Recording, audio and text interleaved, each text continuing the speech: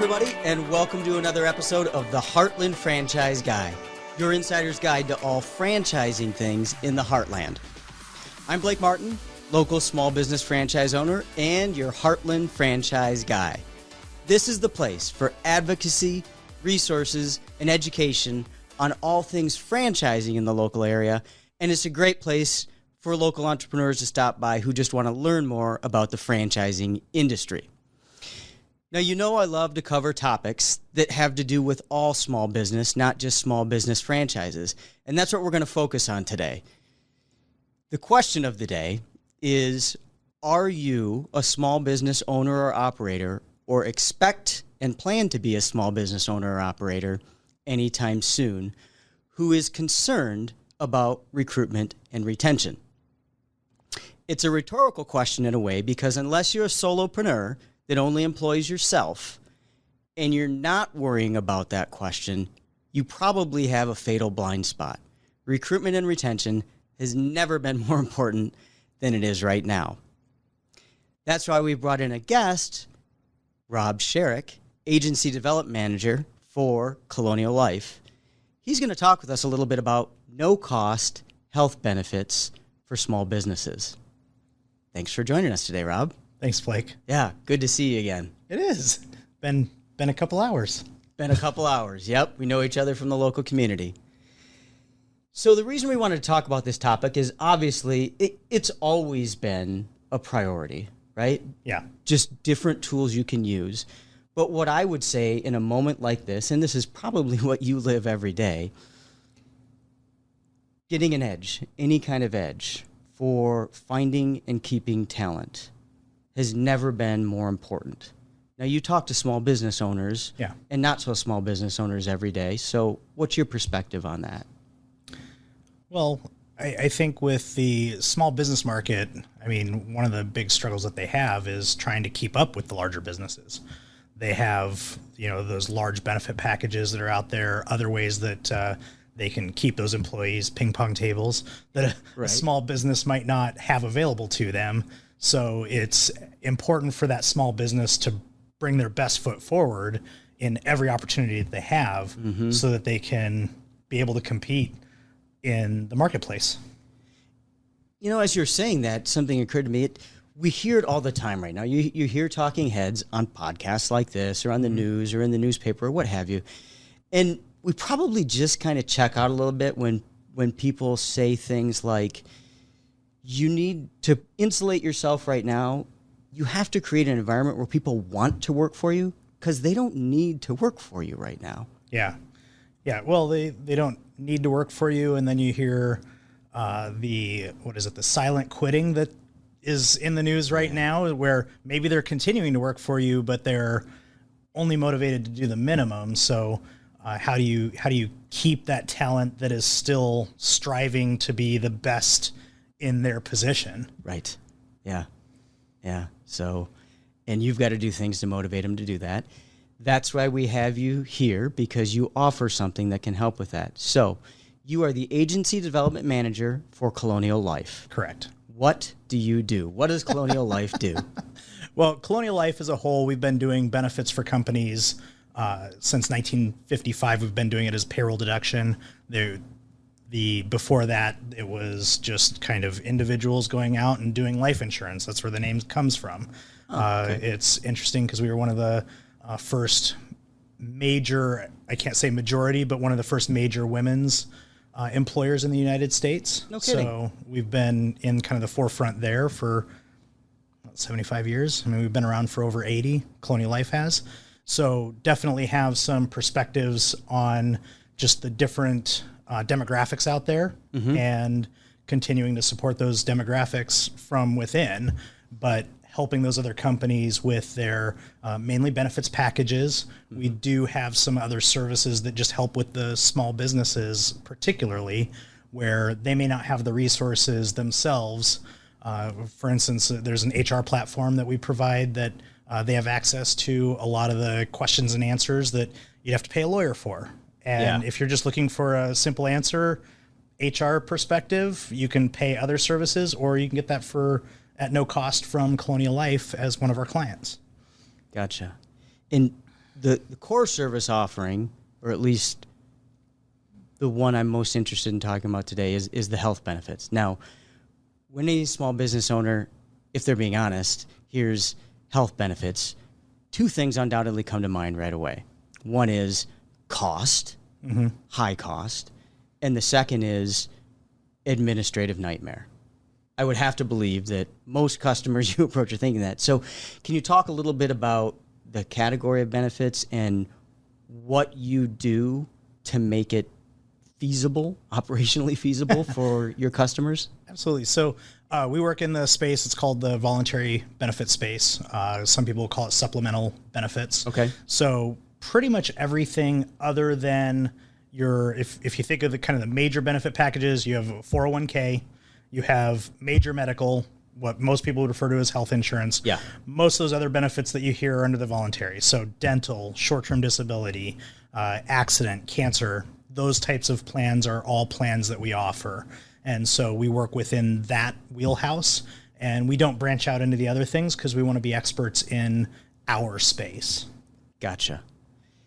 And I started off by talking about no-cost health benefits. Yeah. And I understand that it doesn't have to be no cost. That's up to the employer. But talk a little bit about how that works. So if an employer says, well, what's this going to cost me? Yeah. Yeah. So as far as financial commitment, we have no requirements at Colonial Life that where some of the major medical providers require that you pay half of the premiums for that employer. Yep. The ACA has some requirements in what they have to do in that respect. We don't have any of those constraints. So if the employer wants to just make it 100% voluntary, where the employee says, yeah, I want a dental plan. It's great that I'm getting a group dental plan through this. And so I get a better rate than I would just going out on their own. So with those types of options, then the employee can pick and choose what they need that's most important to them and their family. And then the employer can, again, leave that 100% voluntary, or they can contribute any amount that they want. If they want to pay 100%, I have employers that do that. But it's up to the employer, their budget, what they want to do. One of the things that I think will surprise people is when you start looking at benefits and paying for benefits. I mean, if you're talking like $50 a month in benefits to the employee, that's a dental and an accident plan for an employee. Yeah. And that's something that's around, I want to say 13 cents an hour is what they would be paying the employee if they increase their wages. And employees don't necessarily get excited about 13-cent an hour raises, but you give them no cost dental and an accident plan, they're pretty appreciative of that. So I think that leads into another question I wanted to ask. If you're passing the cost, if you're offering up these benefits, but passing the cost along, most or all of it, to the employees, isn't that going to be cost prohibitive for them? No, because kind of what I said earlier, I mean, the thing is really twofold. One, when you start looking at the cost of the benefits, we are a group company. So we only work with businesses. You can't go to a website and sign up for a Colonial Life product on its own because we only are offered with other businesses. That allows us to keep a group rate without having to worry about some of the things that individual policy holders or individual plans have to deal with. The other thing is the customizability. And what I mean by that is, I have a cancer plan. It has 4 levels, a lot of different options to where I can be sitting down with an individual and maybe they just want kind of a real basic cancer plan because they're worried about it, but they don't have any family history. So it's just kind of one of those concerns. Yeah. So I can put together a cancer plan that maybe is costing them $10, $12 a month. But then I can sit down with another employee who, like my wife, lost 3 of her 4 grandparents to cancer. She's a lot more worried about it, the family history, things that are going on in her family. Then she wants a much richer plan with a lot higher benefit payouts. And you might be looking at for a full family plan, maybe $70 a month. So it's, Yeah, but still $70 a month for benefits. yeah, it's a great option. And just having that range, I can sit down with kind of some frontline employees that maybe are, they're not making $75,000 a year, can't afford $70 a month. Yeah. And customize the package to, again, what's best for them. If I hire you on, or if I bring you in to help provide and educate on those, do I need to bring on a full-time employee who has a background in benefits? Like, that's a good question. That's when you start to pucker up a little bit. Like, okay, now we're in HR and benefits. Right. No, that's an awesome question, because one of the things that I like about the Colonial Life model is that I am that benefits person. So with most of the, we have ways where you can go online, click a button, say I want an accident plan, and they don't get the education with that aspect. Yeah. So there's definitely some drawbacks to that, but we have the capabilities to do that. We also have the capabilities, and what most businesses choose is I come in, me or one of the other reps that I work with comes in, sits down with every single employee at that business, goes through not only our benefits, but we have counselors that are certified in health benefits, for instance. So if you do have a medical Blue Cross Blue Shield United plan, then they have an understanding, some additional training that with that understanding of how those interact, and can walk an employee through, this is what you have, here's the options you have from that aspect, here's the situation that you're in, and this is what we need, this is what I would recommend to do based on what you're being offered in the voluntary space. So your team could do like virtual or in-person seminars or educational overviews on, okay, these are the benefits that are available to you. Let's talk about how best each of you can access these, or some of them have to be private conversations, obviously. Yeah, and that's so what we'd call like a group meeting. We definitely do those, especially with your larger businesses.